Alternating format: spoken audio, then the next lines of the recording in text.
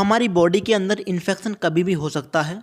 जिन लोगों को इन्फेक्शन होता है वे लोग कभी इसकी वजह जानने की कोशिश नहीं करते, क्योंकि अगर हम किसी प्रॉब्लम की वजह का पता लगा लेंगे तो वह प्रॉब्लम स्वयं से ही सॉल्व हो जाएगी।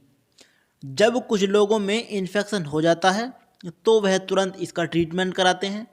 ये तो अच्छी बात है, जब कोई बीमारी हो गई तो उसका इलाज तो कराना ही पड़ेगा।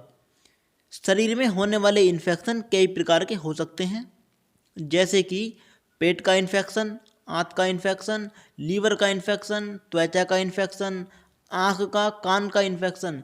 ये कुछ भी हो सकता है। या आपने देखा होगा कि आपकी त्वचा पर कभी कभी खुजली हो जाती है, तो ये भी एक प्रकार का ही इन्फेक्शन है।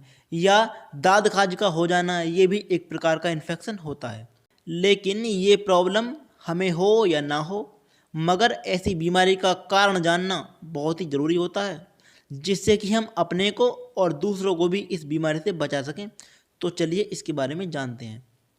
क्या आपने कभी सोचा है पेट में, आंत में या फिर लीवर में इन्फेक्शन क्यों होता है?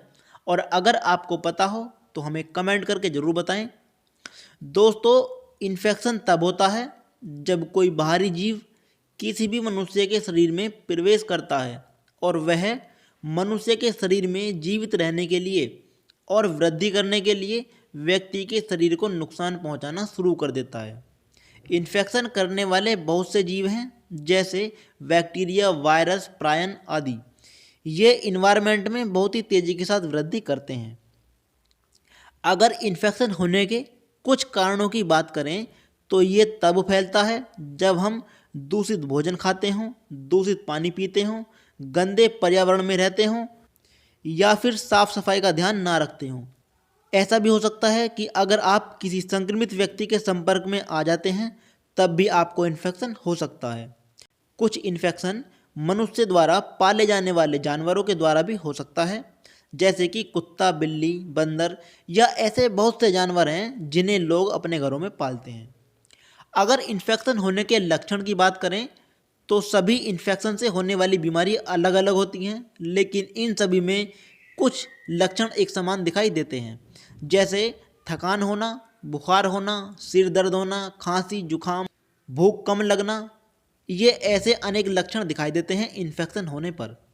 अगर पेट में, आंत में या लीवर के इन्फेक्शन की बात करें तो यह संक्रमण तब फैलता है जब हम ऐसे भोजन का, ऐसे पानी का या ऐसी कोई भी चीज़ जो किसी संक्रमण के वायरस से संक्रमित हो उसका सेवन करने से इन्फेक्शन हो जाता है।